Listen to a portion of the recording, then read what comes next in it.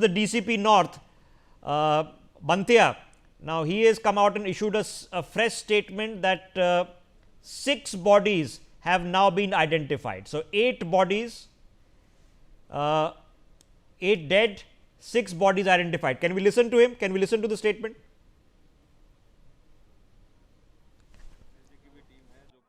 Crime को और आसपास के सारे एरिया को यहाँ पे एग्जामिन कर रही हैं और जो भी रेलेवेंट एविडेंसेस है उनको लिफ्ट किया जा रहा है. एज ऑफ नाउ इन्वेस्टिगेशन चल रही है और अभी कुछ भी कंक्लूसिवली कहना ठीक नहीं होगा. Sir, as I told you, the investigation is going on and we can not conclusively comment upon anything. Once we have the facts, hard facts in hand, then only we will be able to tell. गाड़ी जो बदरपुर से could you tell us about the nature of the explosive? FSL is doing the same thing only. They are lifting the traces of explosives, and based on their testing, they will be able to conclusively tell. How long does that process take usually? Just now we were talking to them. Maybe 1 or 2 days they will expedite in the process, and maybe they will be able to tell us in a day or 2. Do you believe that there are others who may be involved in this who have gotten out? As I told you, that it is investigation is ongoing and the facts are unfolding and new things are coming up. So as of now, it will be premature to conclude anything. Was there any shrapnel which was found at all on the location? Not as of now, but still we are examining the scene of crime. And in terms of the metro and operations, borders being sealed, what can you share with us? No, as of now, I cannot share anything about that. We are deciding upon it, and then we will take a call. Could you share any other information? Okay, all right. Only two. I mean, obviously, the DCP is sticking to a script. If a final announcement has to be made, it has to be made by somebody higher up. Okay. But the 2 points of information he's given you is that 8 people are dead. Okay. Now that's 8 bodies. I don't know if number 9 is Mohammad Umar, because there's nothing left of that body. So we'll have to figure that one out. I'll get my reporters to confirm this, whether a body of Mohammad Umar has been recovered. Information currently with us tells us that the body of Mohammad Umar has not been recovered. Only remnants of a human body have been recovered from the I-20 car. There's nothing left. So I am going to draw an assumption that there are 8 bodies recovered. The 9th, which is the bomber himself, Mohammad Umar, has probably not been recovered. There is nothing left of it. Just some DNA fragments will be found from the remnants of the car. 6 bodies have been identified. So we know who the 6 people are. Okay, those are the innocent civilians who've died. 2 bodies are yet to be identified. So we don't know who these people are. Now it is it's not inconceivable, but it is strange that 12 hours later, a person who is who would have family members, have friends, all of them know that a blast has happened and are unable to identify the body. Well, in some cases when there have been body parts, at least one man's body had to be collected in parts, literally it was completely dismembered by this blast.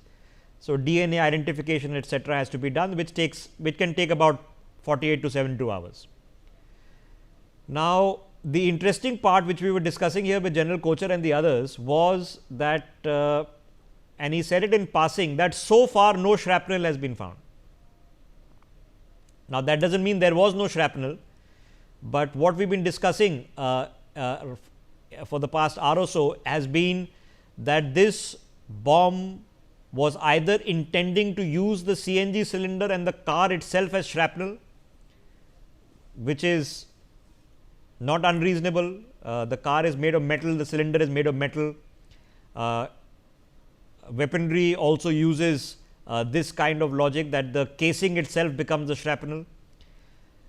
However, in most cases, it's very easy for terrorists simply to put a plastic bag, polythene bag full of nuts, bolts, ball bearings, easily procurable from a hardware store, which maximize the casualties.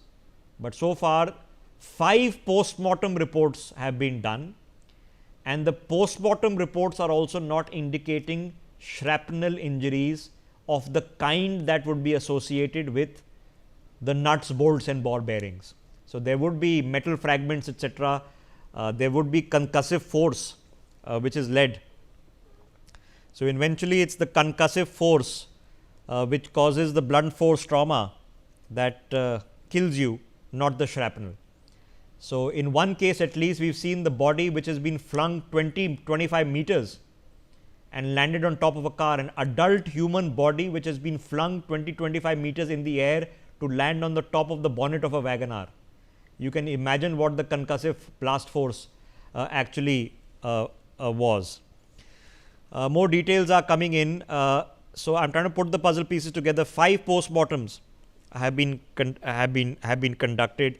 Let me get Colonel Himanshi Singh is joining us on the broadcast. Lieutenant Colonel, we have a lot of information now. It's not in the form of a statement, but we are pretty sure of what the module was. It was all interconnected, and what can be now damning is that 3 tons of explosives was found in Faridabad. So, the plot was a lot bigger. The plot was from Jammu and Kashmir, spreading through UP, Faridabad, Delhi, and they were planning something much bigger. See, this blast should be treated as national security event and not just a law and order issue, because the impact, the vicinity, location, and kind of narrative you have given, adult human bodies flung to a wagon, it means it was a very well planned and the explosives were there. It was not just a cylinder blast or something which was earlier speculated, but it was very well planned. Because it is not about having some sheds or something, the heat, the blast, these things also create an impact. And I've seen, in Pulwama, this happening to Pulwama raises flags, because I've seen in how Pak-based terror outfits like LEP, JEM and TRF has used local modules to execute low-intensity blasts in metros. And this is how sleeper cells, they operate quietly, they are funded through walas and pro channels. That is why, the security doctrine is changing, where you are just trying to find out radicalized people with one external handle and a digital financer, they can create a mayhem. Now, we all have to see the motive behind the explosion, not just that explosion has taken place. Yesterday, we had discovered 300 tons of RDA. There could be 3 possible motives which I see. One is terror messaging. This is to create fear and test our internal resilience, because a lot of things are happening. The war is now turned into proxy war. It is not happening in on borders, but inside countries where a lot of people like this are radicalized and they are executing on behalf of external forces. Secondly, see political timing.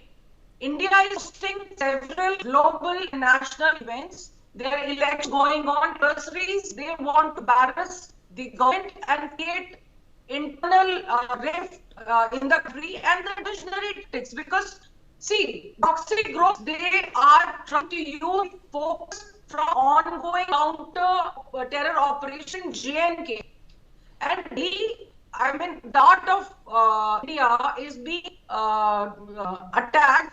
It means the message is much clearer. So we cannot see this event in isolation, but it is part of. Just stay with me. Just stay with me. Now, the owner of the rented flat with Mohammad Salman, who was the original owner of the I-20 car. Okay, his name is Suresh. This guy. That's the flat. This is Mohammad Salman's landlord, who has come out and told us that he stayed there from 2016 to 2020. The I-20 car was registered at this address. This ownership was subsequently not transferred. Are we in a position to listen? Okay, let's listen in. This is what he's told us. Listen in. हमारे यहाँ से खाली करके चला गया है, वो यहाँ पे नहीं रहता था। 2016 से 2020 तक रहा था 4 साल, अब यहाँ पे नहीं रहता। तो गाड़ी तो आपके नाम के थी? गाड़ी थी हमारे नाम पे, उसने अपने नाम नहीं कराई, ट्रांसफर नहीं करी। वो कब से रहता था यहाँ पे? 2016 से 2020, 4 साल रहा था। उसके बाद यहाँ नहीं रहा? यहाँ नहीं रहा। कारण क्या रहा कि यहाँ नहीं रहा? कहाँ रहने लगे थे? सोना के पास बता दें, उसने अपना फ्लैट ले लिया। तो आपने अभी तक उसका नंबर रजिस्ट्रेशन क्यों नहीं चेंज कराया था? कराया नहीं दिया उन्होंने। पर नाम तो आप ही की जो एड्रेस है। एड्रेस तक है, नाम नहीं है हमारे, खाली घर का एड्रेस है। Okay, so there you have it. That is Suresh. This is Shanti Nagar in Gurugram, where the car was registered to in the name of Mohammad Salman. And he is just confirming that this man was lived there from 2016 to 2020. A chain of events are now well known to us at this point of time. Breaking developments coming in that the high level meeting has begun, and the Ministry of Home Affairs to be chaired, being chaired rather, by the Minister of Home Affairs Amit Shah. I am being told that the Home Secretary, the Chief of the Intelligence Bureau, Ajit Doval, the Commissioner of Police of Delhi, Joint Commissioner Pramod Singh Kushwaha, and other officers of the Home Ministry are now in this meeting. Amit Shah, I am assuming, is being briefed. The Prime Minister, ladies and gentlemen, is en route Bhutan on an official visit. That official visit has not been cancelled. It's a short visit, but he is continuing that visit. I am assuming that the Home Minister will brief the Prime Minister. He's able to brief him on board the aircraft as well. And after which we are expecting now a statement to come out giving us the chain of events of what we know so far. And we pretty much I would say know a lot. Sanjay Sahai with us this morning. Sanjay Sahai, it's a wicked web, sir, and we have a lot of details now about the car, about who was driving the car, the CCTV footage, what happened. But the big news seems to be that Mohammad Umar is the man who slipped the net in this Faridabad module. But the Faridabad module was not holding 300 or 400, they were holding 3 tons of ammonium nitrate. They were planning something much bigger, sir. So 350 tons of only ammonium nitrate. Besides that, I think if the whole cache is concerned, the whole material which goes into bomb making, they had literally every single thing available with them. And started earlier in October itself. From there, all the links, we could get all the links. Unfortunately, the whole gamut of things with 350 kg, that might still be the tip of the iceberg. And yesterday when this blast took place, we were basically perturbed about the fact that this was working on a pattern which was there earlier as far as the blast is concerned. The pattern was that it should be a heavily populated place. It should be a place where it would get into a damage which can create fear psychosis, and they get the mileage which they intend to. Jaish-e-Mohammed has been doing what all of us are aware of it. So that pattern is there. We are still not clear about the fact that this was in response to whatever transpired there, or this was a plan B sort of a situation wherein if something of the nature which happened in Faridabad and all the catches which we have had, which were pretty favorable to the Indian security agencies and different state polices. So that being the case, whether this was a standby sort of operation that in case it reaches a place wherein we are not able to manage the whole exercise, then we will go for a Fiadin sort of attack. So that is still to be clarified. What is very, very intriguing is the nature of explosive. Ammonium nitrate, I think there was an accidental blast in Beirut also in 2020, which literally put a large part of the city in flames.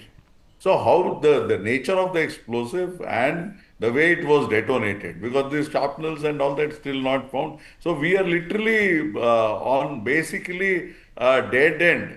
As far as the public domain information is concerned, the agencies certainly are moving on the right track, and they are aware as to where they are going, and they know it fully well. Most of the raids right now, Mr. Sahai, are going on in Jammu and Kashmir. In several districts, I am being told raids are going on.